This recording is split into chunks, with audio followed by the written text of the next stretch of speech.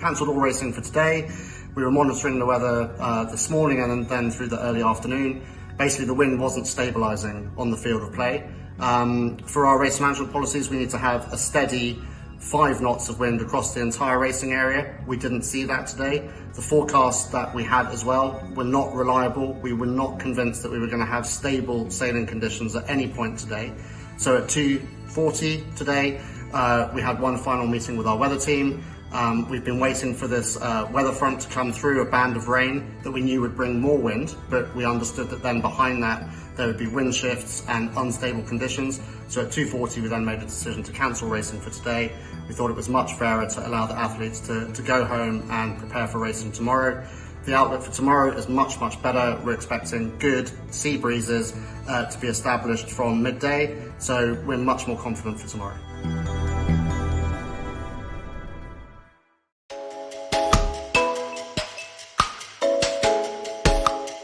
While it was always possible for women to compete in Olympic classes in the open era, the reality was that very few did. So for the 1988 Games in Korea, the first ever women's sailing event was created, and the 470 was the equipment selected.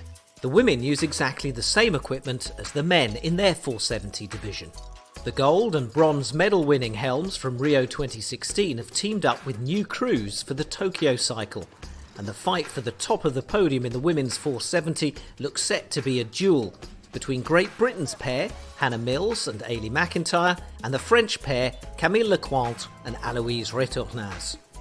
However, the Olympic Games is never quite so clear-cut, and the recently crowned world champions, Silvia Mas and Patricia Cantero, look well placed to maintain a strong Spanish tradition of Olympic success in the 470. Japanese fans will be all eyes on 2018 world champions Ai Kondo and Miho Yoshioka to win a medal on home waters, although it's been a long time since the Japanese crew has had an opportunity to compete against their rivals. Another one to watch is the Dutch team of Aphrodite Zegers and Lobke Berghout, runners-up at this year's World Championships. Zegers convinced Berghout, now aged 40, out of retirement to see if she can add a gold medal to the silver that she won at Beijing 2008 and the bronze at London 2012, not to mention 5 world titles in the class. That's the kind of experience that could really help in the pressured environment of Tokyo. The women's 470 will feature 21 teams. They set sail on the 28th of July, and their medal race will be the final medal decider at the Olympic sailing competition on the 4th of August. What was meant to be a straightforward gold medal celebration for Hannah Mills and Eilidh McIntyre of Great Britain has had to be delayed until a protest has been heard and resolved on shore. France's Camille Lecointe and Aloïse Retournaz are protesting Great Britain for alleged team racing after a close tussle between the leading 3 contenders for the medals, Great Britain, France and Poland. Linda Farney and Maja Seigenthaler of Switzerland won the medal race, taking 4th overall. Meanwhile, Great Britain, who had been second behind the Swiss, were overtaken on the final run by Germany, Israel and Poland.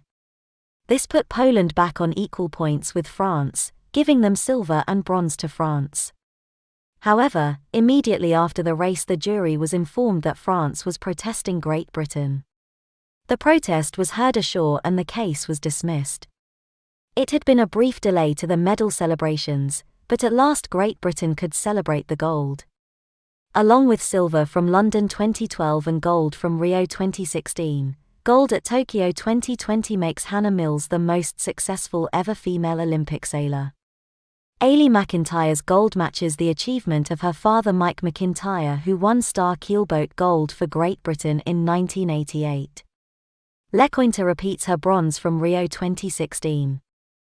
Meanwhile, the normally jubilant and winning Australians came up with 2 gold medals. They noted that Enoshima Yacht Harbour on Japan's Sagami Bay will forever hold a special place in the history of Australian sailing. At the Tokyo 1964 Olympics, it was the site of Australia's first Olympic sailing gold medal, with Bill Northam and the crew of the Barrenjoey winning the 5.5-metre class. It is also the venue of a last gold medal to be handed out in the men's 470 class to Australia again. Today, the team of Matt Belcher and Will Ryan claimed gold in a canter. They finished 22 points clear of the Swedish team of Anton Dahlberg and Fredrik Bergström in second. They only needed to complete today's contest to take gold, but the dynamic duo put the final stamp on an impressive campaign by taking the medal race win. Today's gold is Australia's second in sailing at these games, with Matt Warne taking out the laser class on Sunday. Relief was Belcher's first emotion after crossing the finish line today. "We played it safe before the start, and were a bit back, but halfway up the beat we realised we were in a position to do well in the race. Typical of our nation, we flipped our game plan and decided to try and win the race." The win is vindication for the pair, who despite being hot favourites at the Rio Olympics 5 years ago came home with silver. "It's been a long journey," Belcher continued.